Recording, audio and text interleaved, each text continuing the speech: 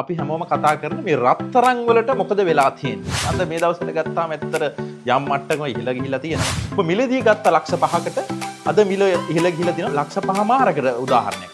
ඔබ ආයෝජනයක් විදිහට රත්තරන් මිලදී ගන්න විදි දෙකක් තියෙනවා. හැම අවුරුද්දෙම රත්තරන් මිල ඉහළ ගිහිලා තියෙනවා. ඒක බය වෙන්න දෙයක් නැහැ. මේක ඇවිල්ලා ආයෝජනයක්.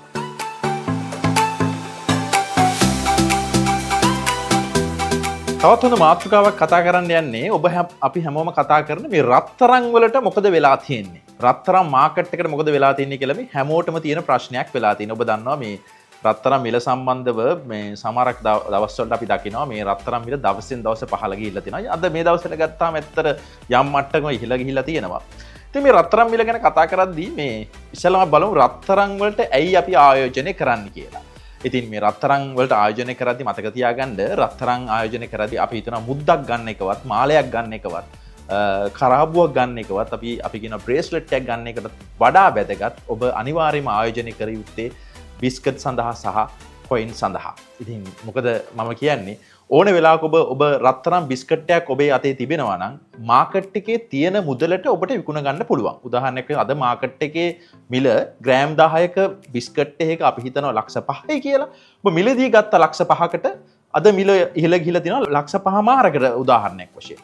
ඔබට මාකට් එකේ තියෙන මිලට ඔබට රත්තරන් බිස්කට් එක නැවත විකිණිය හැකියි. 19 ගත්තාම හැම අවුරුද්දෙම රත්තරන් මිල ඉහළ ගිහිලා තියෙන්නේ. ඉහළ ගිහිලා ගැන කතා කරද්දී 2018 ගත්තම 118ක් ඉහළ ගිහිලා තියෙනවා. උදාහරණයක් රත්තරන් මිල ලක්ෂයයි නම් 2018 ගත්තාම 1,18,000ක් ගිහිලා තියෙනවා. ඒ වගේ හැම අවුරුද්දෙම තියෙන මිලට යම් ප්‍රමාණයක ප්‍රතිශතයක් වැඩි වෙලා තියෙනවා. 2019 20 21 22 23 24. તો 25 වගේ අවුරුදු ගත්තාම ඒ කියන්නේ අපි ඉන්නේ 2026 25 වගේ අවුරුදු ගත්තාම 164ක් රත්තරන් මිල ඉහළ ගිහිලා තියෙනවා.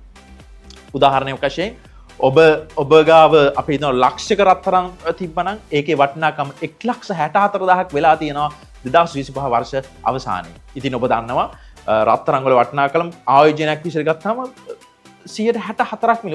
ඔබ මේ මුදල් ආයෝජනය කරා නම් බැංකුවක අපි කියන ෆික්ස් ඩිපොසිට් එකක් විදිහට ස්ථිර තැන්පතුවක් විදිහට ගත්තාම ඔබට හම්බෙන්නේ 111යි 12යි. ඒක ඔබට හිතා ගන්න පුළුවන් කොච්චර වාසියක් තියනවද මේ රත්තරන් ආයෝජනය කරාම කියලා.